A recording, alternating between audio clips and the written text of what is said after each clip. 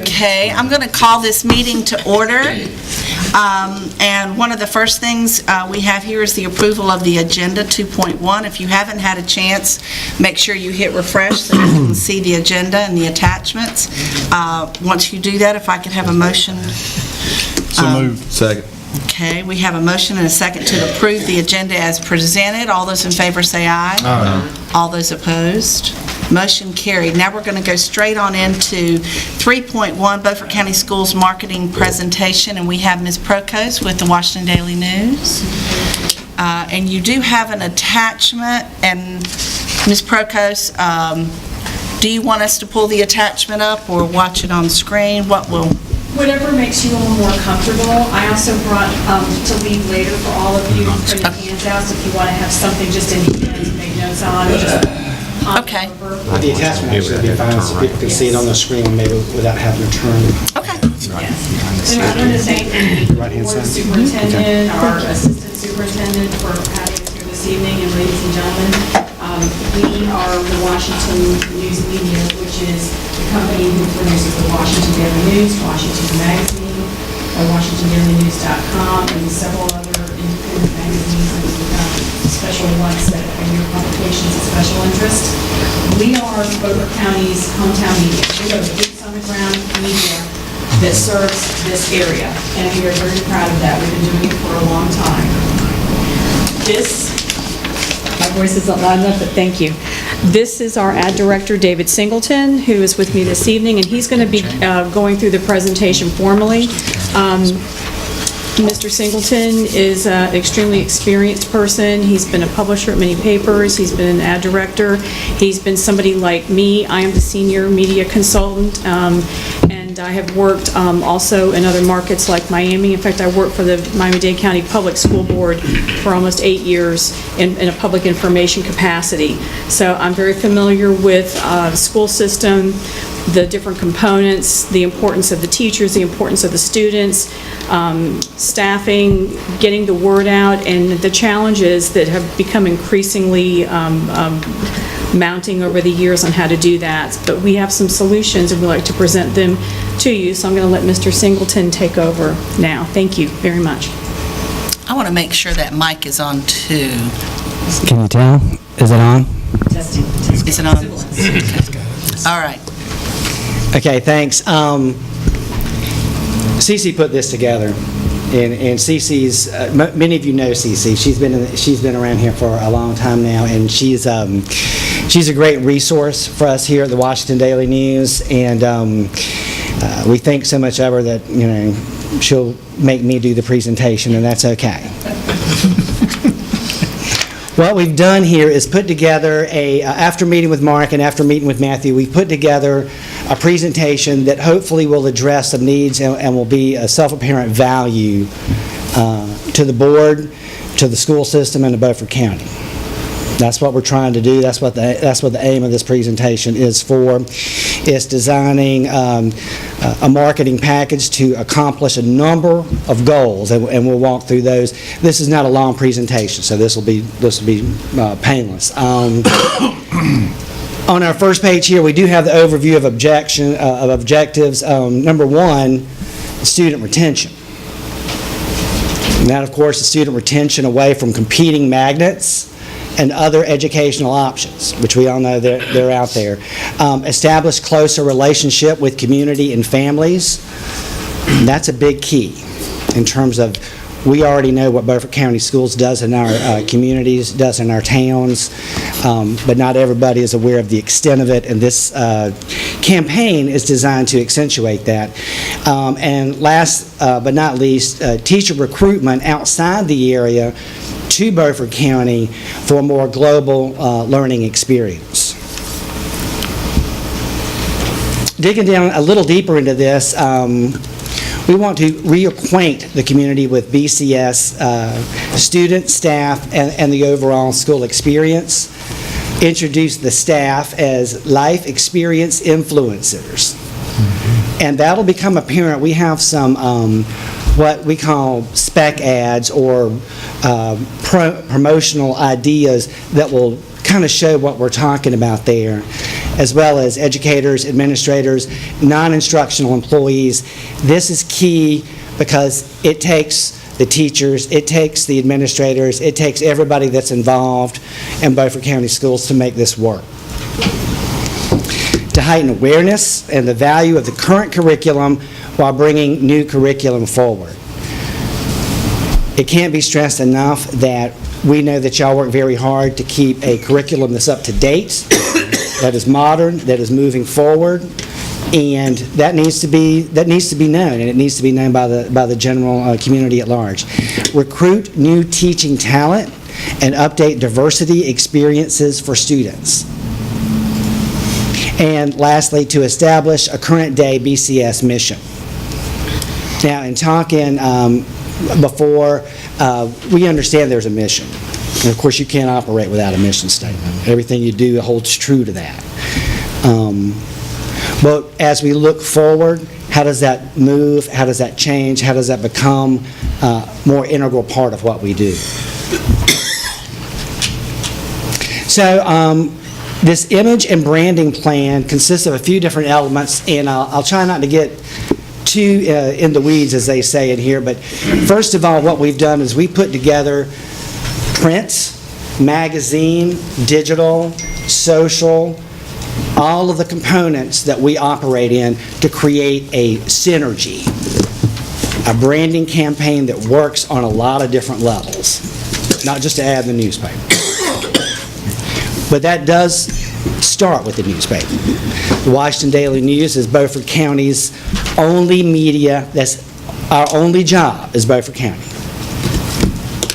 We have over 90% of our circulation in Beaufort County. We have 90% of our web audience in Beaufort County. Beaufort County is our home, and that's what we do.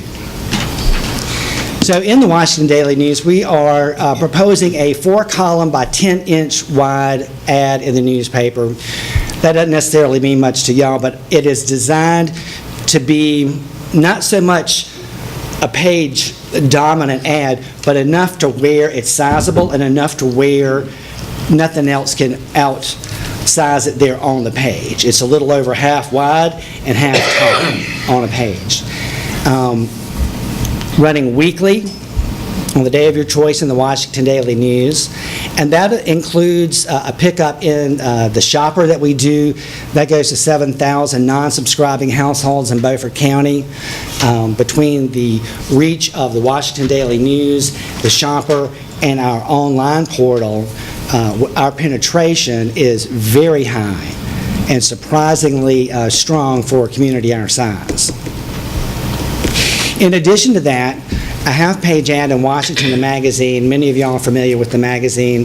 The magazine is a extremely high quality, 6 times per year publication that we put a lot of work into every single time. And in the 2 years I've been here, I can't tell you how much we've labored over that. It's a tough thing to pull off time after time, but somehow it looks good every time we put one out. Digital marketing on WashingtonDailyNews.com. What we have on here is 338,000 impressions over the course of the year. Now, 1/3 of a million impressions sounds like a lot, and it is. But just to be clear, what we're talking about on an impression is not every time somebody pulls up a web page. You actually have to see that ad for it to click, for it to register. So that boils down to about 28,000 impressions a month. That's a healthy representation on our site with roughly 600,000 page views a month. Our Friends to Follow social media portal, that's an interesting thing where we take folks' Facebook page and we basically broadcast it onto our website. So it's spinning that Facebook post, primarily Facebook, out to a much wider audience as opposed to your Facebook friends and family, so to speak, now that already sort of follow what you're doing. Lastly, targeted digital across the web, 300,000 impressions annually. That's in the same ballpark as the number of impressions that are on our site. What we mean by targeted digital, these are ads that don't show up on the WashingtonDailyNews.com. These are targeted by demographic, by location, by age, by income, by race, by anything that we want to parse those demos out to be. Therefore, we can attract, and for example, if you wanted to attract the attention of high school athletes, we would put these things into our little system, and an ad might show up on Max Preps, which many of you are familiar with in terms of high school football. So it delivers the ads across the web, not just on our website, and that's 25,000 impressions a month. The targeted print opportunities, there are 6 of these that are outside of what we do with the Daily News and the magazine. We are recommending participation in graduation. And that's kind of a no-brainer for us to include that one. We want that section to be huge. Welcome Magazine is what we put out every June in conjunction with the Beaufort, Washington Chamber of Commerce. And so as a newcomer's guide for people who are considering the area, it's a great place to position BCS schools as an important place to consider if you're moving to the area and perhaps have school-age children. Our back-to-school section, which comes out in August, as well as football preview. Our profile that just came out this past weekend for 2019, proposing for 2020. Profile is basically what is known in the industry standards as a progress edition. And what better place to show the progress Beaufort County Schools has made than with a representative effort there. And so all of those, as you see, they're kind of scattered throughout the year, but they're targeted. And we have other sections that we didn't put on there. Those are the ones we think are best suited for y'all's message. This is where CC really shined in terms of developing some sample branding messages. And I know that some of that type is hard to read on this size, but that's why CC's got a printout and she's going to share. Which one would you like to share, CC? Let's see, on this page. Well, let me start by saying that these are messages that are designed to talk about school personnel and who they are as people more than just the principal or the teacher or the nutritional specialist in the cafeteria. These are people who have direct input into a child all year long and all during the day that they interact with them. That's a great influence on children. And it's important to let these people, and it's a hard job. It's hard to juggle that many kids in a school. I mean, it's hard enough for me to juggle my daughter at home sometimes. I can't imagine having to do that with hundreds of children.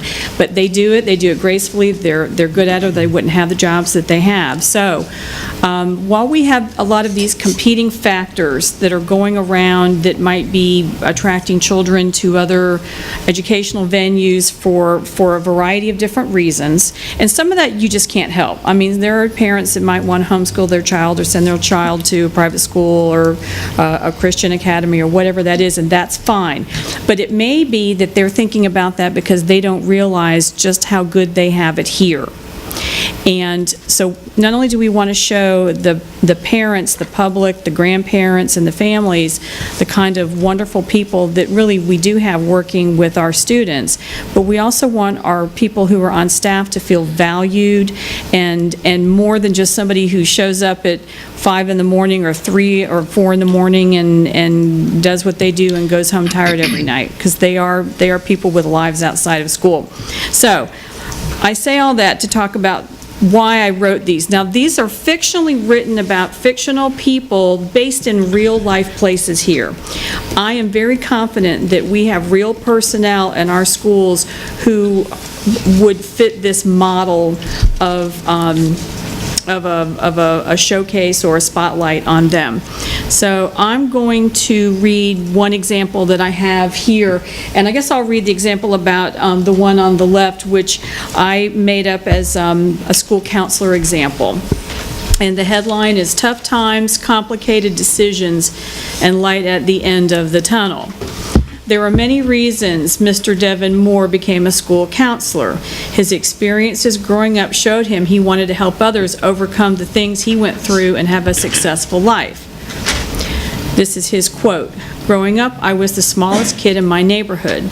I grew up in a south side suburb of Atlanta, where most folks didn't have much. And my mother made sure we learned to respect others and do the right thing at all times. That got me bullied. It was wrong, and I learned how to rise above that. This led me to be a school counselor and also a certified self-defense teacher and self-esteem coach.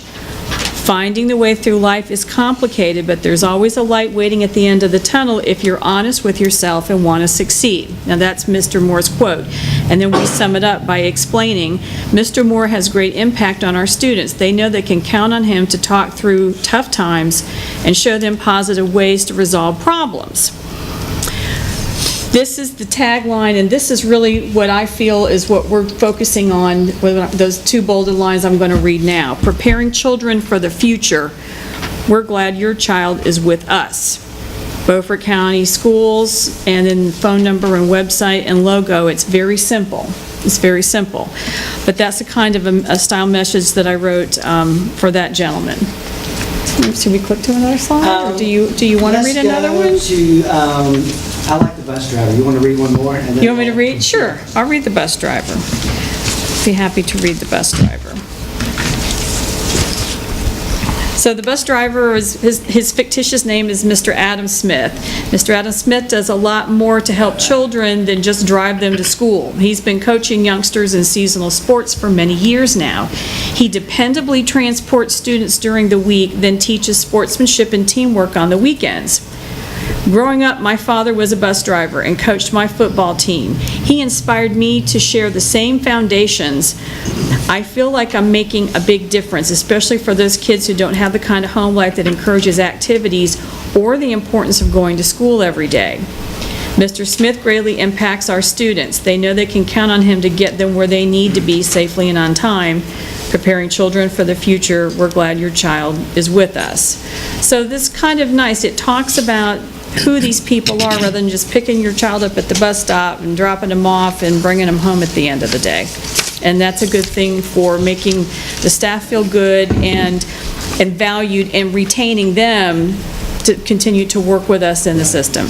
So, Cece, I'm going to go back to the first one, and I just want you to tell the folks who these folks are. You don't have to read them, but the first one you did was this, was So the counselor. I did a counselor. The second one is the A maintenance technician. maintenance tech. Our cafeteria, our nutritional specialist, who is the cafeteria lady, Very essentially. good. And then, A science teacher. uh-huh, And then our transportation tech was our bus driver, and then this gentleman on the right would be an example of a principal. a principal. And this is a teacher's aide, a teaching assistant that I enjoyed writing this one very much. This lady, her example is that she worked with middle school students, and that's a very trying age, middle school children. Lots going on with them in their heads and their physical bodies at that time, and it's confusing. And their attention span is the attention span of a gnat. But she helps the English teacher and shows them how to break down sentences and write well using the examples of quilting. She brings in her quilt and shows them how to put pieces together for a nice quilt in the end, a good outcome. And she's very patient, and they need that. So, and they also come to her quilt shows, and that was a fun message. I had a very good time writing all of these. I like to write anyway. It's like I like to talk, couldn't you tell?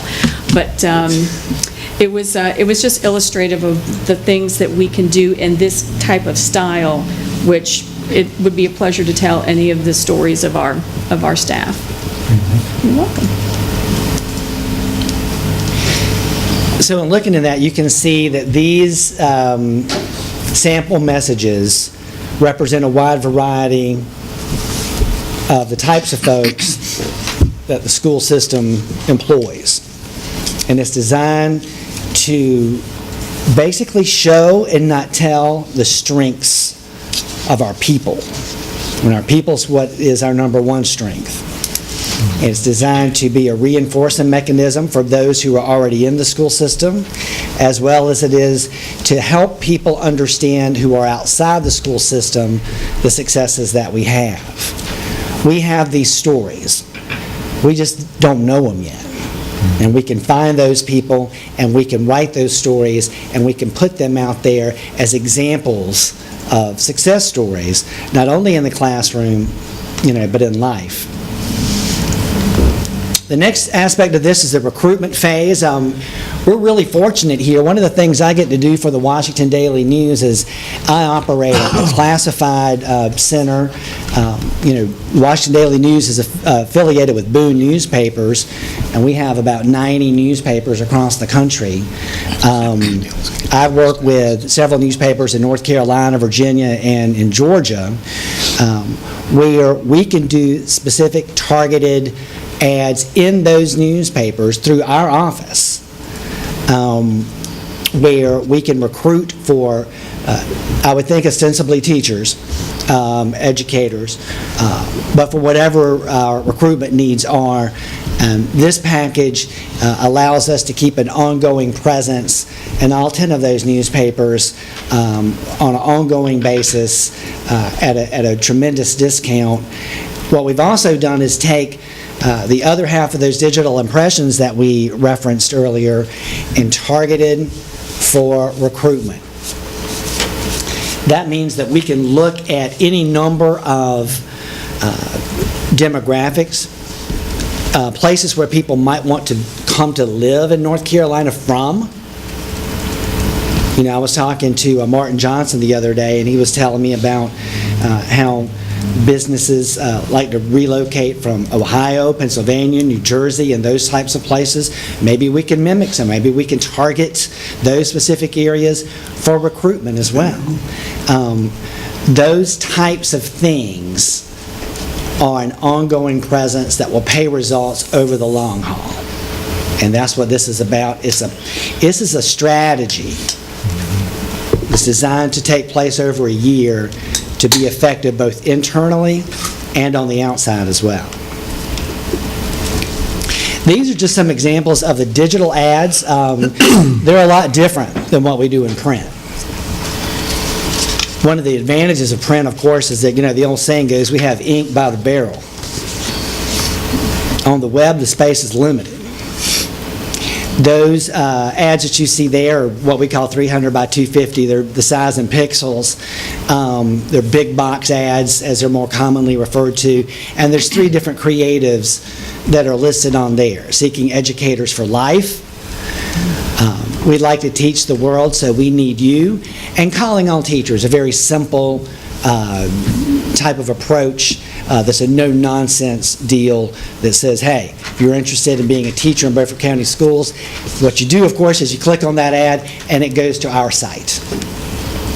It goes to anything that you want it to help give prospective educators more information on perhaps becoming a teacher here.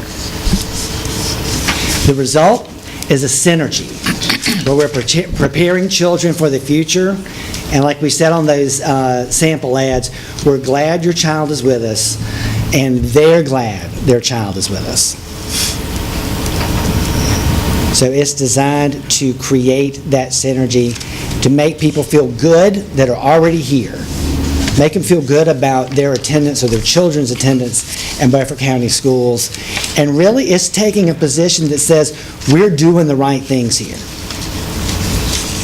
Because I can't change other people's minds. They have to change their minds. They have to see it. So there's a little bit of strategy there in terms of how we've laid this out. Any questions? Covered it pretty well. Thank you. Anybody have any questions? I'm sorry, go ahead. No, I was just going to thank them for their time and all the energy that you've put into this, and thank you for meeting with Mr. Doan and I. I think you captured what we were asking for. Oh, good. That's awesome. Thank you very much. I like what I see. I was just going to ask, was this like a total package, or was it?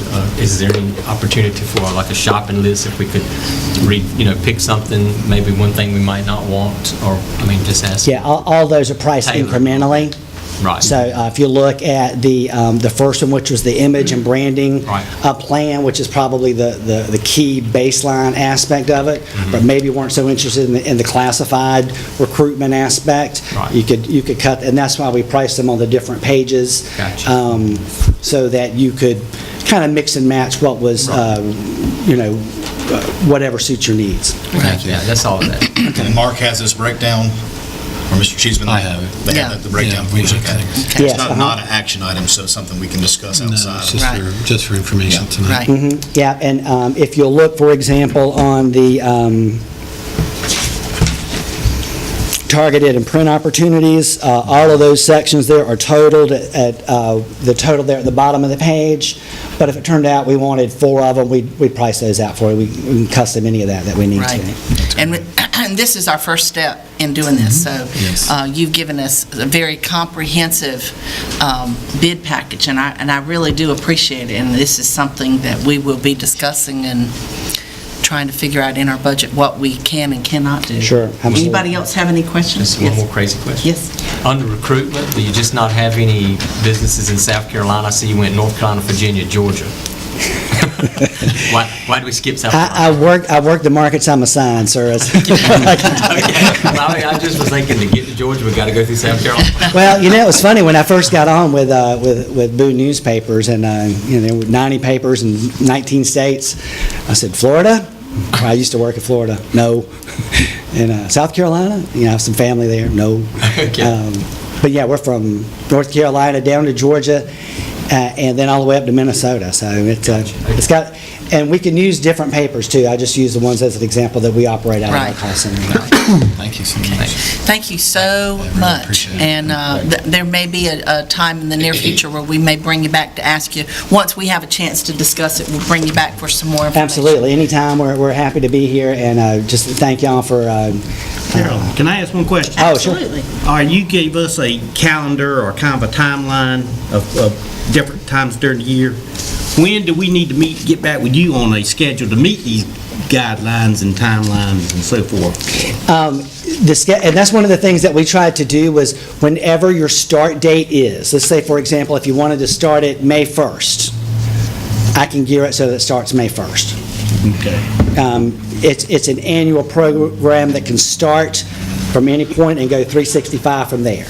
So in other words, profiles, which has already come out, we would be in the next one. You would be in the next one, Gotcha. and that's the, kind of the one that's just passed us. But Right. yeah, so yeah, it's a rollover deal. So for example, we started June 1st, it would roll through May 31st. Gotcha. Excellent. Okay. Thank you. Any other questions? Well, one more thing, the pieces that I wrote about our staff, we can do the same type of engagement pieces. I mean, these are engagement pieces, that's a good word for that. We can do that also with the programs, special science programs, special English programs, whatever we have that would be important to bring forward and shine light on, so that parents are very aware that they have that option and what it is. We can do that with any of those aspects. Well, I love those. I think every component of Beaufort County Schools is important and valuable to us, so I want to give them all the props we can. Yeah. Sincerely, Very thank you gracious. so much. Thank you. All right. Thank you Thank very you. much. Thank you very much. We are going to move on, 3.2, the Southern Regional Educational Board presentation. Ms. Lori Johnson, we have some more attachments. Yes. So would you like for us to pull up the fact sheet first? Probably the PowerPoint. The fact sheet is just extra reading material for you all. Okay, so the board meeting about SREB. Yes. Okay. So first off, thank you all for having us here today. Thank you, Great, Mr. Cheeseman and Ms. Lilly, have been very helpful to the Southern Regional Education Board as we are launching a network of schools in rural North Carolina to dig in some problems of practice around what's inhibiting the success of, in particular, our Black, Latino, and low-income students in the region. So I'm going to talk to you a little bit about how this all started and what we hope to do with Beaufort County Schools. And to start off, the Southern Regional Education Board is a compact of 16 southern states. It runs from Delaware to Texas, though Delaware sometimes decides not to be southern. They are in the Southern Regional Education Board. And what the governors and 2 gubernatorial reps make up our governing board. We're considered an apolitical organization, and it was founded in the 40s on the idea that if we want to bring economic vitality and maintain that in the South, then education has to be something that states come together and think about. That vision and mission continues to guide us today. And I am in the school improvement division. We also do policy work and have some post-secondary work as well. In the school improvement division, we work specifically with K-12 education, with most of our expertise being at the secondary level.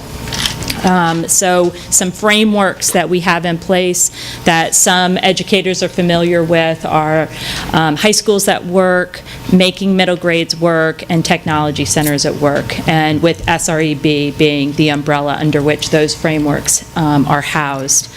I work on a grant team, and the grant that we are talking about tonight is funded by the Bill and Melinda Gates Foundation, and that fact sheet that is attached describes the press release that they put out last fall, showing that Southern Regional Education Board was one of 19 organizations that applied and was given a grant to start networks of school improvement around digging into the issues that are impacting the success of our Black, Latino, low-income students. So as part of that grant, we were funded to support 2 networks. One of those networks is an urban network, and we launched that in the fall in Birmingham, Alabama, with 12 schools in a single district.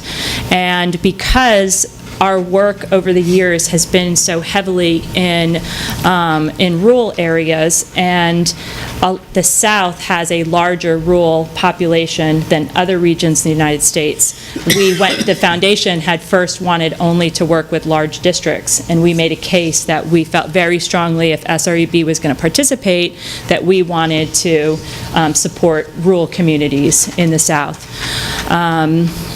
Then we started thinking about where should we land with this work, and we began thinking mostly about North Carolina.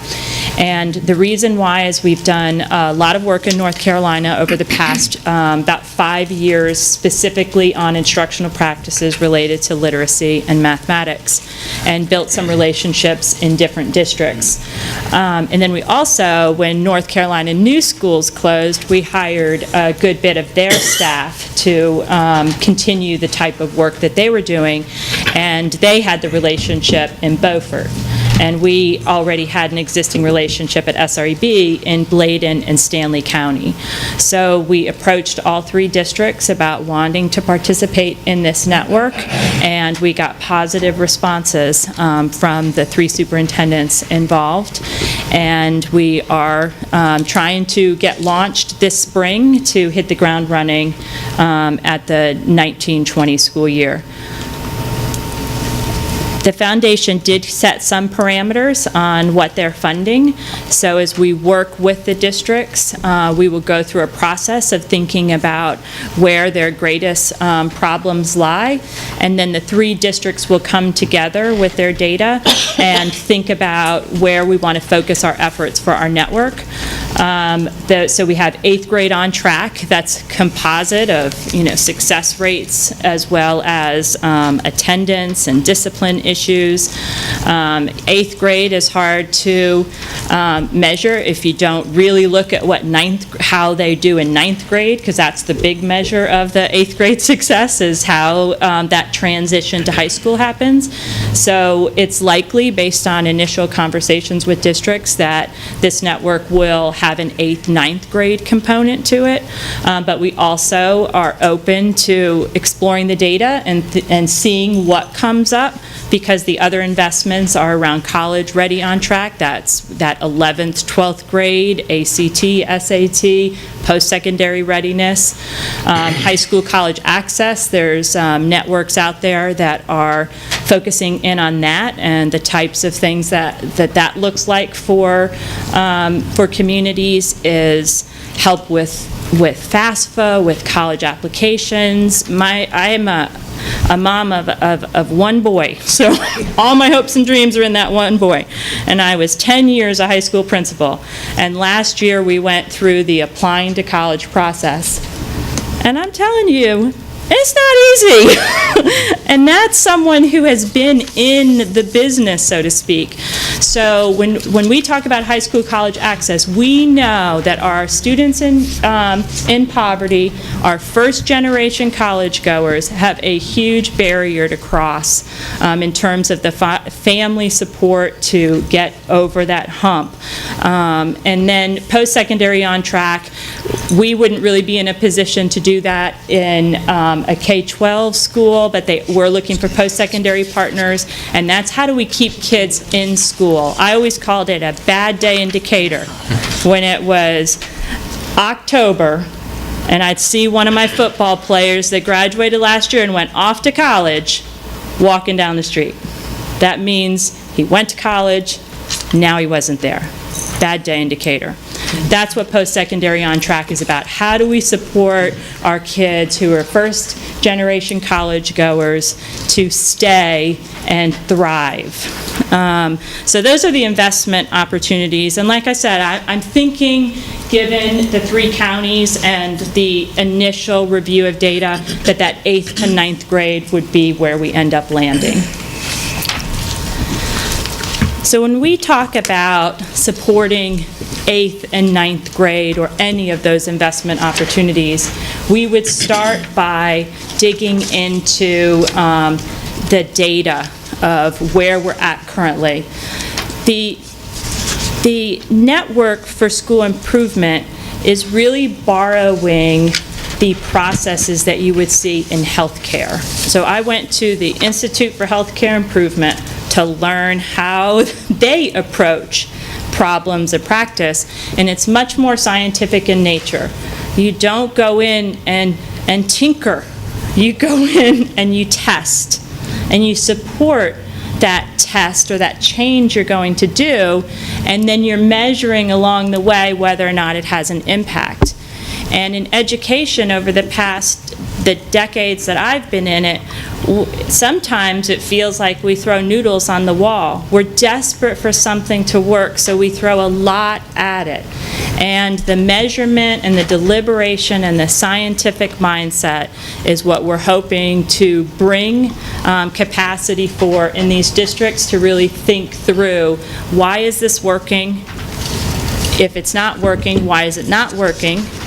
And then how can we get what we think is a proven practice to work in our context with our kids and our communities.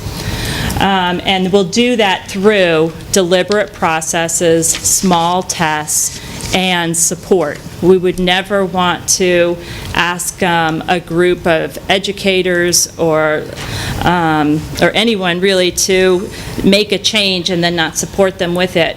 But we do see that over and over again. I remember being a teacher, going to a professional development. It was told it was the greatest thing, and then I was just back in my classroom. No one ever mentioned it to me again. I was just kind of on my own to implement or not. It just kind of depended. We don't have the luxury or the time, because each moment that we do that style of professional learning or that style of lack of support, we have kids that are struggling, just not getting the support they need. And it requires our support and deliberation of the educators. So the type of processes this will involve is we'll start with what we call kind of a comprehensive curriculum and instructional review at each school. We'll then look at the data from the curriculum instructional reviews and work with Beaufort County Schools on the data that bubbles to the surface in terms of what seems to have the highest leverage for change, the biggest issues, and what the ones that we think we have capacity or that we want to build capacity to address. Then we would go to the other districts and convene and think through the commonalities. We don't have to all do the same work, but we do all have to be working towards the same goal.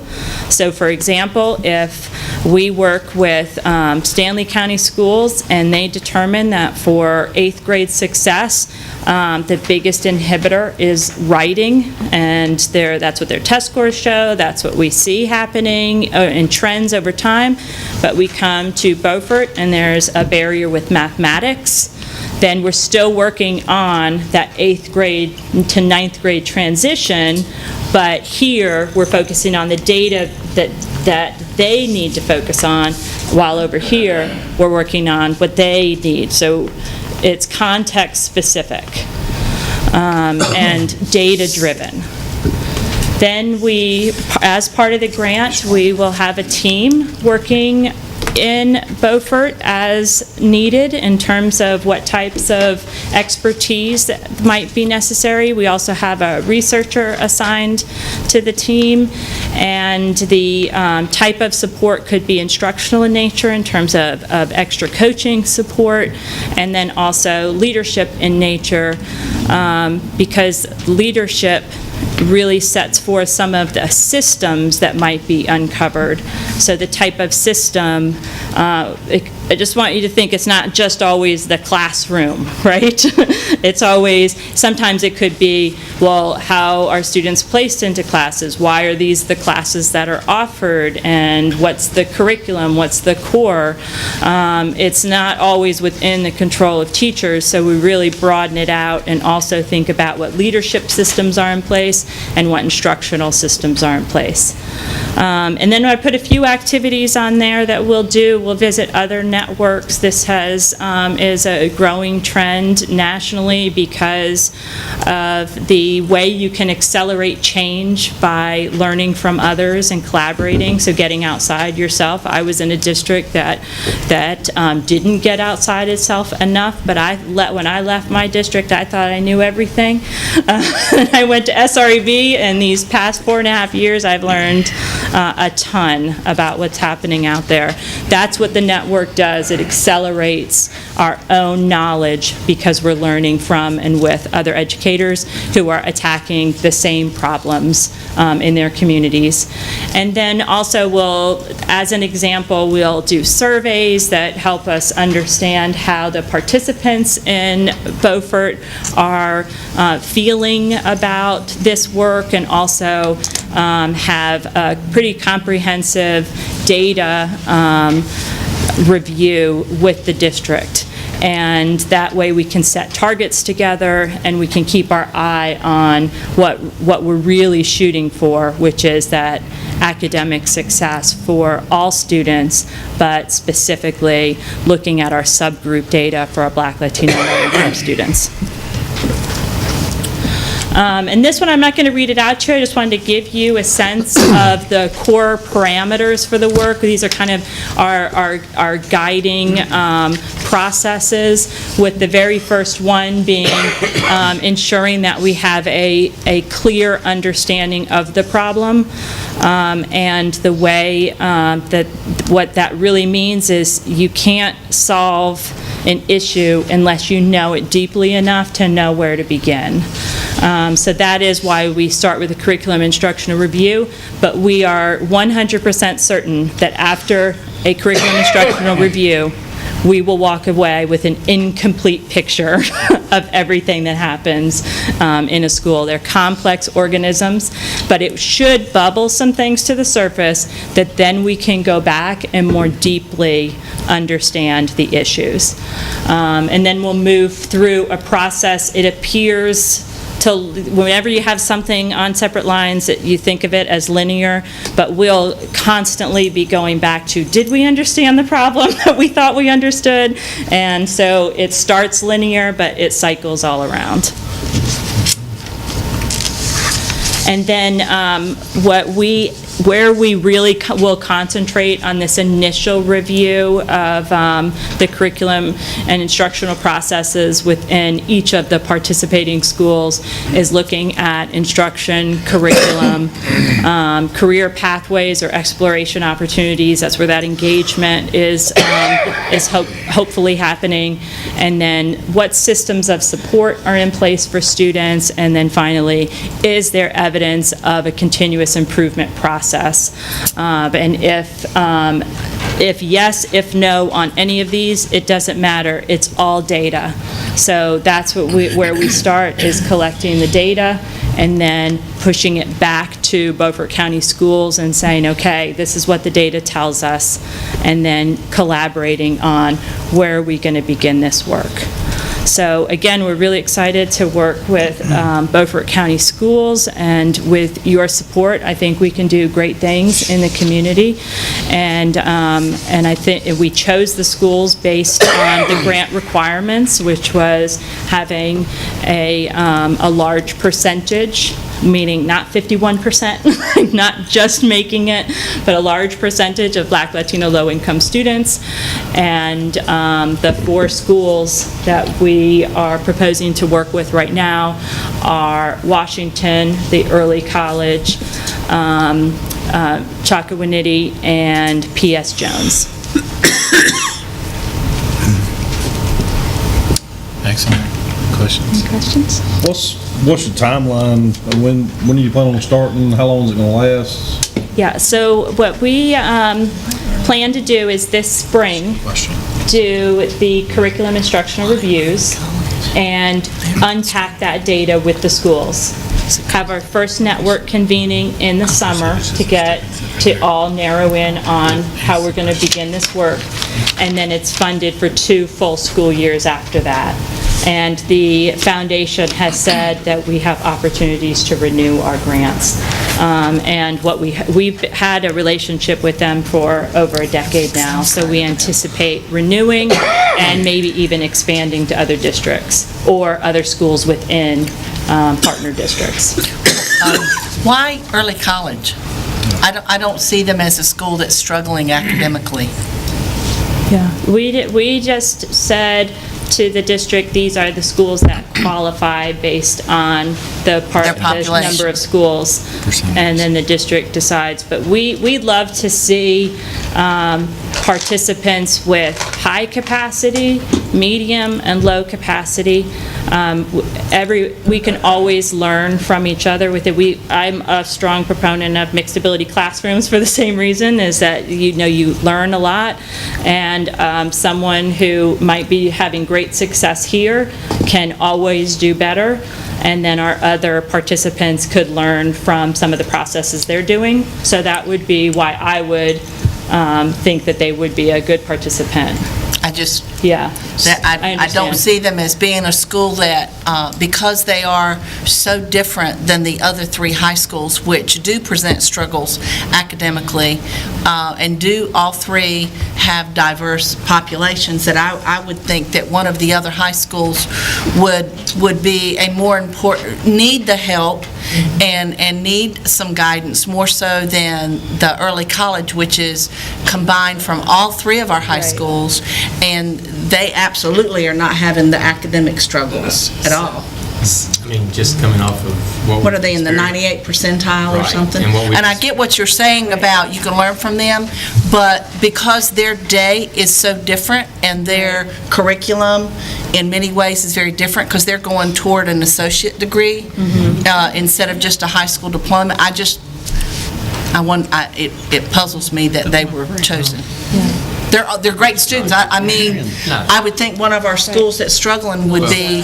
Well, you take a school that's outside. I agree. It doesn't seem to fit the profile of what they're looking for. Right, at all. It's contrary to what. They have a very diverse, they have a very diverse population, but a lot of what they're able to do because they have selected those students. Right. And those are chosen students to go there because they're wanting to do something different. Right. So long as we have schools that meet the spirit of the grant, then we're happy to work with the schools at the secondary level that Beaufort County chooses for us to work with. Excluding early college, what was the other schools?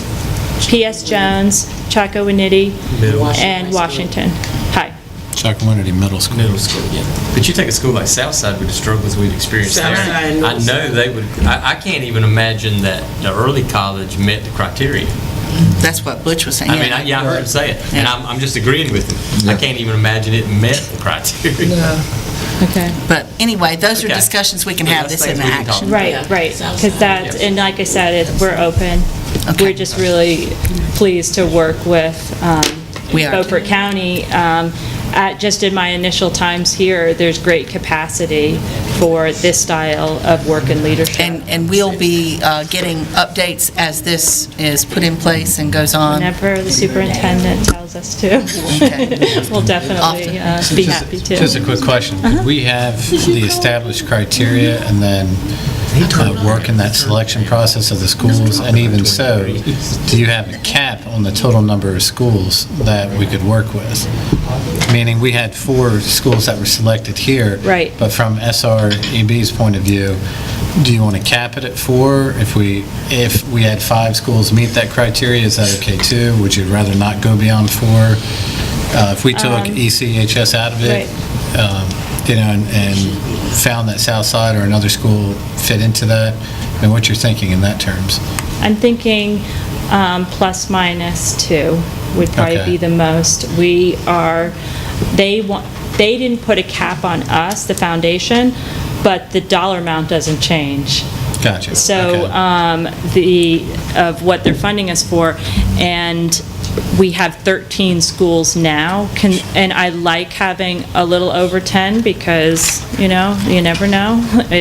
Someone might get into it and decide this isn't the right work for us. But I would say plus or minus should go anywhere from 2 to 6. Sure. Right, off that. So that 13 includes our 4 in that Yes. list? Okay. All right. Any other questions? Thank you. All right, thank you so much, Ms. Johnson. Thank you. Thanks, Ms. Johnson, really appreciate it. All right, we're going to go to 3.3, and we have Ms. Gwen Robertson McBride going to talk to us about the school nutrition program, the procurement plan, Yes, ma'am. which is many, many pages long. Yes, ma'am, it is. Thank you, Ms. Chairman, board members, Mr. Cheeseman, Ms. Duke, Mr. Talk a Dunn. little louder if you can. Thank you for having me tonight. Tonight, I'm here. I'm sorry, Gwen. You're right. Usually I'm the cold one, but it's warm up here. You're fine. Feel good to me. Tonight, I'm here to bring you the update for Beaufort County Schools School Nutrition Procurement Plan. We've had a procurement plan in place since 2011, 2012, and we continue to update it as federal, state, and local policies and regulations change. I was just going to hit the hot spots in this document if you would like for me to, if you want me to go page per page, or if you would just like for me to leave it with you, whatever you would like. Hot spots? Okay. When is this going to be brought back to us? Will it be brought back to us for approval? What's your The timeline on 16th. needing approval, Gwen? On the 15th. Of April. In 2 15th, weeks, excuse me. right? Yes, ma'am. Okay, yeah, go ahead and hit the high spots so we Okay. But know. I'm just saying, as long as I have it so I can read through it, I'll be okay. Yes, sir. On page 1, under Code of Ethics, we needed to add our local policies that address Code of Ethics, and I added those on attachment A, and they are 6401 and 7730. And part 2 goes through the procurement methods used to purchase goods, and we do use several procurement methods depending on what we're purchasing and if we're in a rollover year. For the most part, these procurement methods follow our local procurement plan. One addition for school nutrition, and it's a federal micro-purchase addition that the federal government has allowed for school nutrition programs, and it's a $10,000 limit, and I'm going to tell you what page describes it. On page 9, describes the process of a micro purchase, and it allows us to make a purchase under or $10,000 or under without receiving quotes. And in all of our purchases in our local school nutrition, we do receive or try to receive at least 3 quotes or request 3 quotes. Where I see this might be helpful for us is for local produce purchases. This will allow us to go to GAP certified farms within our community and purchase local foods that are under $10,000. It will help our community and also our program. So I feel like this is a good match for us for local produce. Sole source, the rest of these procurement methods are also in our local procurement plan, so there's no changes. We are in a purchasing alliance. If you're new to the board, we are a member of the North Carolina Purchasing Alliance, where we purchase our food and supplies as one large group. I believe there's 86 counties in that alliance, and it allows us to for our food and supplies to get those at a better price. The rest of the document in Part 6, it just talks about the requirements that we have to have anytime we send out a bid document. The Jessica Lunsford Act. The new one here is the Iran Investment Act. We add those to our program, to our bids. And the last page, 19, it just shows you, it's attachment B, what kind of bidding that we do, formal, informal. It just gives you an idea of what we bid and how we bid those items. Do you have any questions? That was kind of a quick, simple.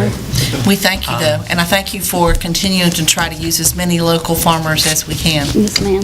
Can I also Very say important. something? Yes. Not about this, but since she's here. Oh, no. When our power went off at our schools Yes, sir. recently, thank you for what you've done for our schools. Yes, sir. I ran by the school, not that I was able to do anything, but I was told I should run by the school. And so I was out there, and she had already had it all worked out. So the kids had lunch, is what I'm saying. Even though we didn't have power in the schools, she was able to cover for all the kids. I walked around, looked at some of the classrooms, and they were having their little, I call it picnics. Yes, sir. I think they enjoyed the power being off that day. I think so, too. It was a lot of work for you, but thanks a lot. Yep. He gets a little attaboy too. He did. Because he was out there and he took some stuff for the kids that couldn't have the regular, I'm gonna call it regular foods. That's right. Yes, sir. Thanks a lot. Thank you. Well, and I Stuff thank like you. that means a I'm lot. hearing great things from a lot of the school cafeterias, more so than I have in the past. And I know we have some new managers as well as just new ideas that you brought forth for them to try. And I think that's wonderful when you see more people more teachers eating at school than before. That's Yep. a good thing. So thank you. Whatever you're doing, keep doing it. Yep, thanks a lot. Thank you. We're going to keep going. Next, we have teacher assistant update from Miss April Stillings and Sheila Edwards, who is going to do the talking. April? Okay. I had the pleasure, they have a monthly meeting. They had one this past Saturday. They've got a lot going on that they participate in that the board's not even aware of, so I told them that occasionally they can come and present, tell us what they're doing. Yes, that's right. Thank y'all for adding us to the agenda too. I'm not typically a person who talks to grown people, so bear with me. They're about this tall, and I don't think I need a microphone. I just made some notes, so I'll kind of refer back to it. Thank you for coming to our meeting. The feedback was fantastic. Your advice, we're definitely going to, use in going forward. We want to give back to the community as well as our students. We want our faces known. We want the community to know that teacher assistants are valuable. We don't just hurt children all day. We teach children. We mold children. We do. I treat them like they're mine. All 1,000 of them in school. We've got several events coming up. We're going to volunteer at Family Movie Night, which is April 12th. That is Easter Elementary, John Contalo, and John Small. Yeah. They're going to have a movie night out on the waterfront. They'll have several vendors that are out there just for the kids to come out and have fun and participate. It's a free event, not just for school children, it's for all the community children. to come out. We're going to have the popcorn booth, so we'll be giving away free popcorn, just so they can, see our face. Several of those kids I taught that have gone on to other schools. Have you shared that across the river? Yes. Okay, so it's been shared across in Chuckwinity side, so they're more than welcome to come over and hang out with us. In May, Chuckwinity has the fire department has an annual car show. So we're going to have a booth there and do face painting. And again, we'll have our little sign out there so they know, hey, those are teacher assistants, and we'll paint their faces and it'll be fun. We also have been in contact with the Accept and Excel group. They have they're going to do like an Easter egg hunt for the special needs community, and the Chuckwinity Middle School SGA has already signed up to help with that, but in talking with Miss Chris, she's afraid that that's not going to be enough to handle, because it's usually a really big event. So we're kind of, on standby as a backup to help with that. But we've talked about, helping with an event where it's just the teacher assistants, coming, and she'd scheduled something the first weekend in May, but that's the weekend that the majority of us are going to be, the ones that are active anyway, are going to be at conference. So she's going to, try to work on some other dates for us to, be able to get involved with that. Yes, and then we've also got several dates to take meals to the Open Door Community Center. So we're going to try to fundraise so we can get that, that money so we can give back to them, because those are people that are in community. I'm sure that several of our children will probably have to be there, which is unfortunate, but we want to be able to help those kids. As Sheila mentioned, we'll be at conference. It's a North Carolina Teacher Assistant Association conference, May 2nd through 5th. 9 of us are going, graciously. You all are allowing us to go. We appreciate that. We have workshops. Both days are full of workshops and speakers, and we get to gain a lot of knowledge and things that we can bring back to our schools, to share with our teachers, to share with other assistants that aren't able to go, which is great. We get to mingle kind of with other teacher assistants throughout North Carolina and talk to them about what's going on in their counties, and get ideas that we can share back and forth, which is fantastic. I would love for school board members, principals, anybody, I would love for y'all to go in the future, and even presenters. They are always looking for presenters.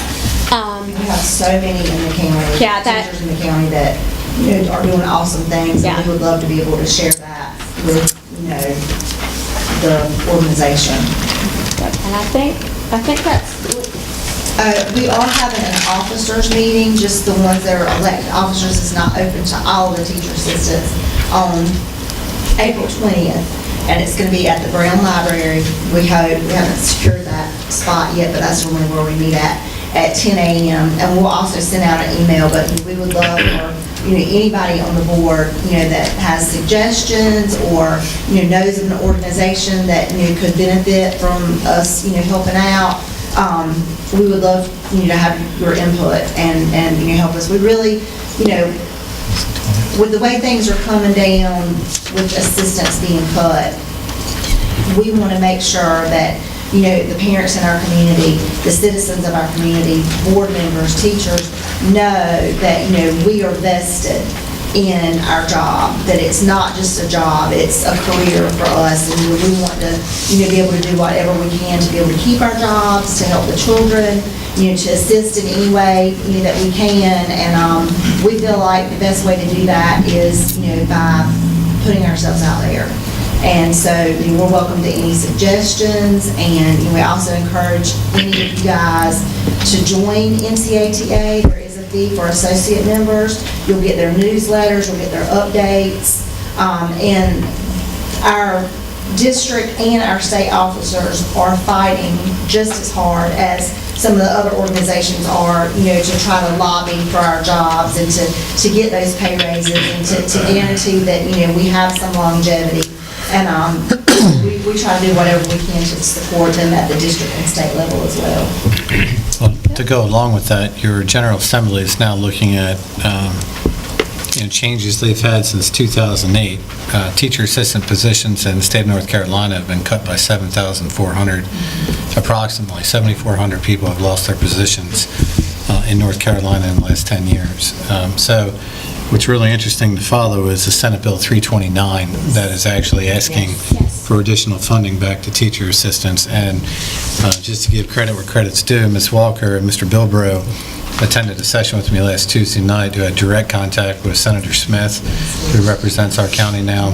So she's well aware of our interest in Senate Bill 329 for our teacher assistants. And we've been, blasting that information, to, all of the assistants throughout the county, parents, everybody, write your legislators, let them know, so that we feel like, maybe, the power of many can, persuade, our representatives and our senators to go ahead and push that bill through. And it doesn't take just us. Yes, I'm going to fight for my job, but I also need the people who want me to fight for my job. Sure. And the rest of us, and for our children. It's really them that's going to suffer. Exactly. So, but thank you all. Any questions or anything? Once again, I would like to say something. I just have the pleasure of knowing these two ladies, and when Ms. Edwards said just a minute ago that they were vested, all the TAs, especially themselves, if you go out into schools and see the work that they do, I happen to see Ms. Edwards quite a bit, you would be way more than impressed, and you would understand that being vested, when she says that, is the understatement of the year. These are super dedicated employees, and I want the people watching on TV to know that these are the folks that make our schools go to. So, And I want you all to know, if you have a chance to ever attend one of their meetings on Saturday, while I'm always impressed, I'm impressed with our TAs across the county at each and every school, and and all the schools are pretty well represented. Almost everybody has somebody there, but their main focus is what they can do for other people, who they can help. Can they help this shelter? Can they help those people? Can they help this event take place? That was their focus this past Saturday, was what they could do for others, which to me just signified that's what you do every day, is what you're doing for others. And we appreciate it, and we appreciate you. Yes. And anybody else have a question or comment? All right, thank you, ladies. Thanks. And Doctor, I gave you the packet, the conference packet, right? Yes, you did. Okay. And she has that. If any of you guys would like to take a look at what goes on, during conference, she has a copy of that. I do. I have the packet, and there's speakers and all that kind of stuff. So, thank you for your time. Thank you. Thanks for what you do. See you next Thanks. month. All right, 3.5 capital outlay, Mr. Stanley Hudson. And Mr. Willie Carroll. Make it quick.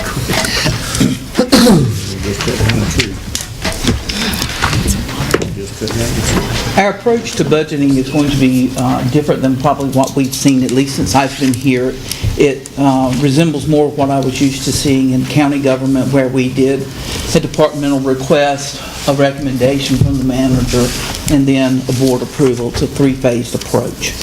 So this year, when we talked about doing our budget, we had concerns with lax hours and how we were funding it. So the delay in getting your budget is that we're doing a lot of that legwork that we usually do after the budget to identify and place folks. We're trying to do it up front. The only problem with that is when you get your budget this year, we're going to be locking them in by position. Third grade math teacher, an EC teacher, a custodian, you name it, whatever their salary is based on the raise that the state of North Carolina gives, the retirement increases and health insurance costs, those are going to be locked in. The problem with that is the flexibility that we've been using in our budget in the past has been based on operational costs. So we really haven't narrowed it in and tightened it up to that point. So we've used the flexibility on what our operation costs for teachers were last year, what the increases were projected to be, and we've kind of moved throughout the budget. This year, we're going to lock them in, so when we say that there's no money, they are truly designated if we have 100% of the employees, no lapsed salaries, no leave of absences. The good part about that is it limits your risk on what we would anticipate to hit fund balance for in any given year. So I apologize for the delay, but we have quite a few more employees than I'm used to budgeting for. Mr. Cheeseman asked me to go back and pull for you what the capital appropriations from the county has been over the last couple of years. And for the most part, we've hung somewhere around $1 million. There are 2 years that kind of stand out for us, and that's the fiscal year 14-15 and 15-16. Those of you that have been on the board a while, you'll recall that was the Eastern Elementary School multipurpose room, and then we had the Washington High School field house, and then we also had a Washington High School chiller. So the chiller and the multipurpose room in fiscal year 14-15 was roughly $982,000 for those two items in that increase. And then in the 15-16 year was the $471,000 for the field house at Washington High School and an additional $150,000 for the EC, or Eastern Elementary multipurpose room. So if you'll turn to your next page, basically you see the different revenue sources that we received within Fund 4. Right now we're anticipating, or we're showing you what our beginning budget was for the year, any budget amendments year to date, our current budget, our activity or expenditures or revenues received for the year thus far, any purchase orders that would hit in our expenditure line, and then any remaining revenues to be collected or expenditures on those already identified projects. In the previous meetings, we talked about the capital and what the needs for the school system were. So this budget is a request from Mr. Hudson. It's a recommendation from Mr. Cheeseman that will show the entire list that was presented to you at an earlier meeting of $15,648,370. If you'll go to our next page, the first line is the state bus lease. It's a wash. It's an expenditure and a revenue that come in from the state to purchase buses for our LEA. But if you go down and you look at the different projects that we have, I did not list them individually because there were so many, but I did group them into the categories or subcategories in which Mr. Hudson and Mr. Cheeseman presented to you previously. That is a rough overview of your capital project, and then once we find out funding or priorities, then we'll see where we can go from there. But this is your capital budget at this time. Any questions? Sure there will be, but I don't have one right You're now. looking for approval of this when? We have to have it by June 30th. We'll come back with the other funds here shortly. Our plans right now are for me to work on it, hopefully meet with Mr. Cheeseman by Friday, if not Monday. So we'll bring it back to you at your next board meeting. Okay. Thank you. Appreciate it. Thank you so much. Questions on my side? We cleaned up the capital list on Mr. Cheeseman's direction, went with the metal buildings for the proposed place for the replacement of the modulars is put in there. There was an activity bus that was removed, talked to Jerry, and they were up on buses, so the activity, that was $96,000 coming right off the top to start with. And then there was a $300,000 duplication in security, so the numbers dropped from what you were presented last time, and we cleaned it up. So it's in a little different format, same things on your computers that Willie handed out, Mr. Willie Mack handed out your printout, so. Thank you. Thank you so much. Appreciate it. All right. All right, we're going to go to 3.6, student transfer update. Wait just a minute, excuse me. Yes. Excuse me, Madam Chair. Would you like to go ahead and do that? I thought Stan was going to, My mistake. okay, all right. I'll catch him. I'll get it. Go ahead. I see it. It is my mistake. So with that, Ms. Booth and I have had conversations specifically around a group that has been working closely together working with the park, and it has come to our attention, and Stan, this is where you jump in, where they're actually going to beautify the park specifically around the placement of trees. And so Ms. Booth and I had a conversation on the phone the other day. I did tell her that we would bring it to the board's attention tonight so we could recognize those who are here in the audience to talk a little bit about it. Ms. Booth, would you care to say more? Sure. What I'll do with your permission, Madam Chair and Mr. Cheeseman, we have in the audience our president and vice president of the P.S. Jones Memorial Park, and I would ask, with your permission, if you would allow them at least a couple of minutes to address the park. Mr. Northern, will you come? Thank you. Good evening to every one of you. I stand here this evening to tell you that I appreciate what you've allowed us to do out there behind EdTech. It was some ground that we really thought would go someplace else, but you had the blessings of your heart to give it to us so that we could beautify it for the community. And of course, you know the KB Reynolds helped us get started, and we've completed phase 1 of that park with the bathroom, which was helped by the city, and the fencing and the walking trail is completed. We just want to see something beautiful materialize for the community, for that area of the town. We're about to move into phase 2, which includes the shrubs. We want to plant some trees out, and this committee are going to purchase the trees along with the help of Relief from Greenville to help us to get the shrubbery out there to help beautify that walking trail. They'll be planted strategically around the walking trail. And we just want you to know that we do thank you for all that you've done, all you've allowed us to do, and the help that you've given us as we proceed on this journey. Of course, we're waiting for phase 3, which will be the playground equipment, so that the children will have more and more. The Boys and Girls Club has been so nice to come over and use the walking trail already. We have people in the community that's using the walking trail. So I believe that this will not just be something that will be standing there. It will be used by all concerned. And we thank you for allowing this to happen. We thank this board for being so gracious to agree to allow us to use that property. Thank you very much.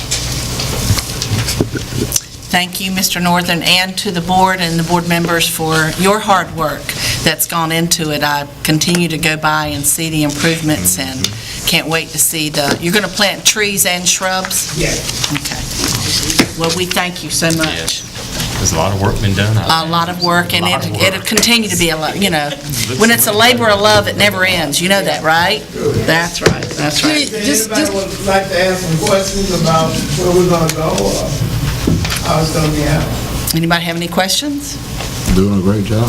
Just it looks better than a lot better than a big old vacant lot just sitting out there. That's right, that's right. Just allow me to say this to you.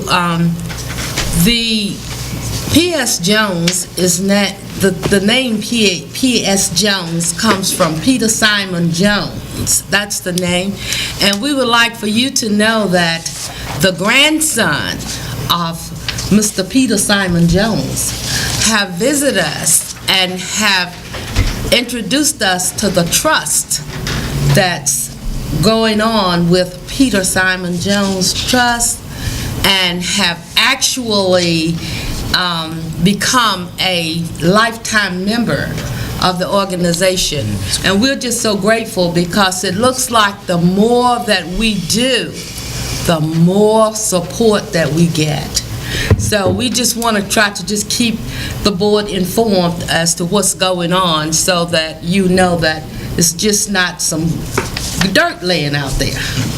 It's a great park that's coming up, and we are really proud of it. Okay? You should be. Thank you. Thank you so much, Mr. Northern. All right, we are now to the student transfer update. Sure. So in front of you, you should have, I believe, a couple forms specifically looking at requests for student reassignment. and also release requests. So I want to thank Mr. Duke specifically for making these very clean, much easier to manipulate, as in previous years, parents would call in and say, now what do I sign, what do I fill out? But I want to draw your attention to the request for student reassignment on the very first line. It does indicate that this form should be filled out completely and delivered to the school in which you wish your child to be assigned by June 1st of 2019. I think that's an essential commitment to us as a district to hold steadfast on that date. So we want to communicate that with all of our constituents, that June 1st is a deadline for our team to be able to process this work most appropriately.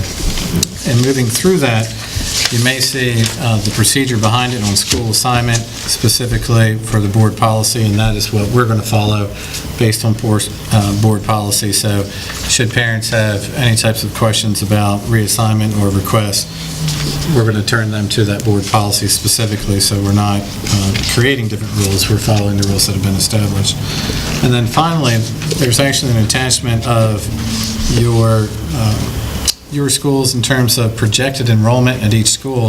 And if you notice on the bottom left, I'm making a recommendation to the board specifically, just, based on the projections that we have, which schools in theory should be closed for any type of request for transfer going into that school. So if you look at Bath Elementary, Chocowinity Primary, Eastern Elementary, John Cotton Taylor, and Washington High, and you look on the far right-hand side in that red and yellow grid of projected enrollment numbers and space within the building, these are the buildings that we believe are starting to hit that capacity.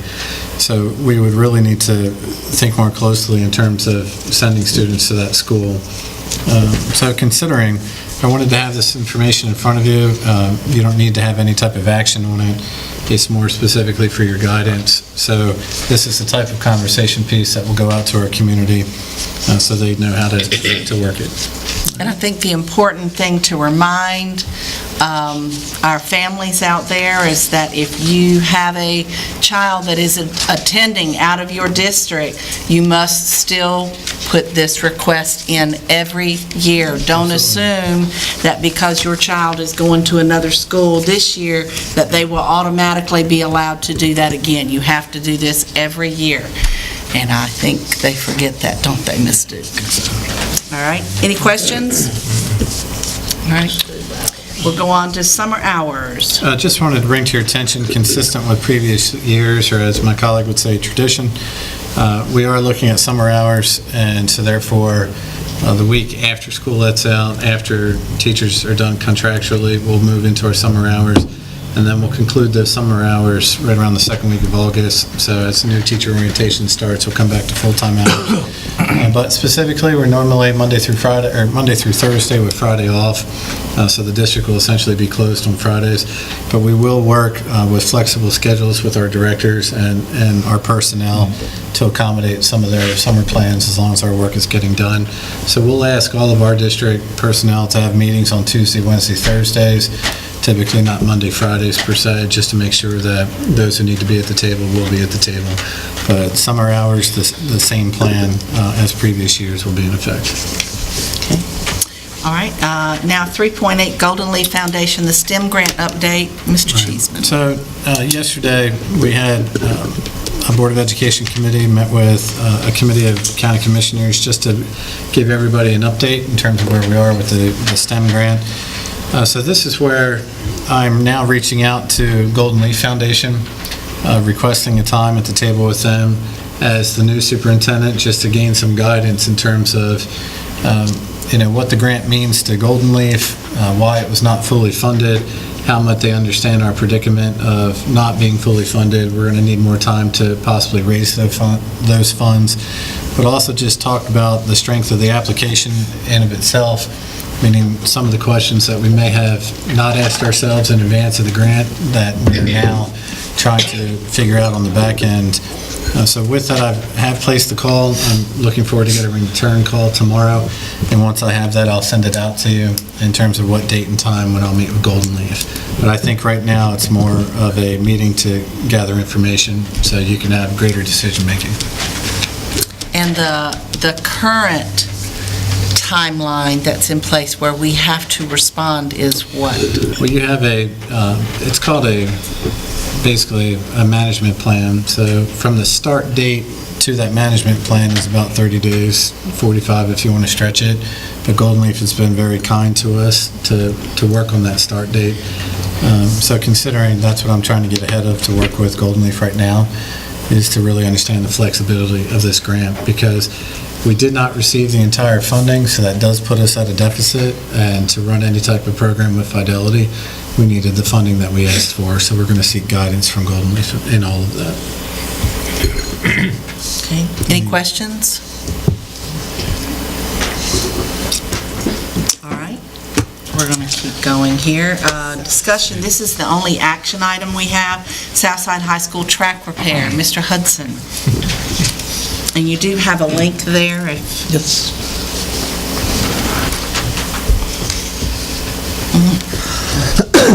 This is the one that one of my last capital improvements for this fiscal year. And this is close to the area of the price range that we had originally budgeted for it at the time. But we did find a company that does offer repairs. Same product that's currently down on the track. They will repair the asphalt that is broken from the erosion that was in turn number 2 in lane 8. They will repair all the start-finish lines where the main asphalt is showing now, put everything back like it is using a acrylic polymer, unless the asphalt is really, really deteriorated. And then they'll put the rubber product back on and restripe the track. Tax all included for $21,212, and we have $60,000 currently allotted in capital. The other option was to strip the track, as Mr. Cheatham talked with another company, was the only other one is like $167,000 to take it back to asphalt, repair the asphalt, and put the new product that they put down now. So to do this, will this repair put them in line with being able to host and conference events, and they will be, they will be approved? Yes, ma'am. Okay. It would put them a sanctioned track where they could run. That's the word I was looking for. Thank you. I know they have to sanction. Certified lanes, everything just back like it was originally. It was put there 20 whatever years ago. So. Okay. And then possibly we could take that other money and fix the other 2 tracks that had the same problem with y'all's direction. But okay. That just about fix all 3 tracks is what we currently have. You're talking about the other 2 high schools? Yes, ma'am, the other 2 high schools. They have the same issues, yes, ma'am. Okay. Yeah. All right. But today, you're looking for an approval on this? Approval to proceed with Southside with the... well, they're already in track season. Yes, and I know they're already in it, and they're booked up through May now, with a few slots in June, as the sexy just sent me, so we may get in June. But it'll be for the fall. Definitely through July, but yes, ma'am. Okay. He said unless some other school backed out, then he would put us in that slot, but yes, sir. I'm sorry. Have you ever used this company before? I have not. I've asked him for references that I could go see. I want to personally go see it. They do all kind of schools. Their website is tremendous. They've done colleges. There's a lot of stuff on the internet today where they show they've done, but I physically ask him for some sites here in North Carolina. But you feel good about it? Yes, sir, I do. Well, we're beginning of the thing. They're a 20-some-year-old company. They're not a new one. Yeah. And they're based in Atlantic Beach, North Carolina, so they're local. That's even better. Yep. I'll make a motion. Yep. Second. Yeah. Okay, we have a motion to approve this expense and a second. Any discussion? All those in favor say aye. Aye. Those opposed? Motion carried. Thank you. Thank you. Proceed on, Mr. Hudson. Again, thanks, Dan. We're going to find anybody. Thank goodness. I mean, All right, now we are couldn't get going anybody to take a motion for closed session. I move that we go into closed session pursuant to General Statute 143318, 11A1 and A to prevent disclosure of confidential personnel files under General Statute 115C 321, and to consult with our attorney to consider and give instructions concerning a potential or actual claim, administrative procedure, or judicial action. The title of the action is 18 CVS 157 NERSVA versus Beaufort County Schools. Second. Okay, we have a motion and a second. All those in favor say aye. Aye. All those opposed? We are in closed session, and let's take a 5-minute break, please.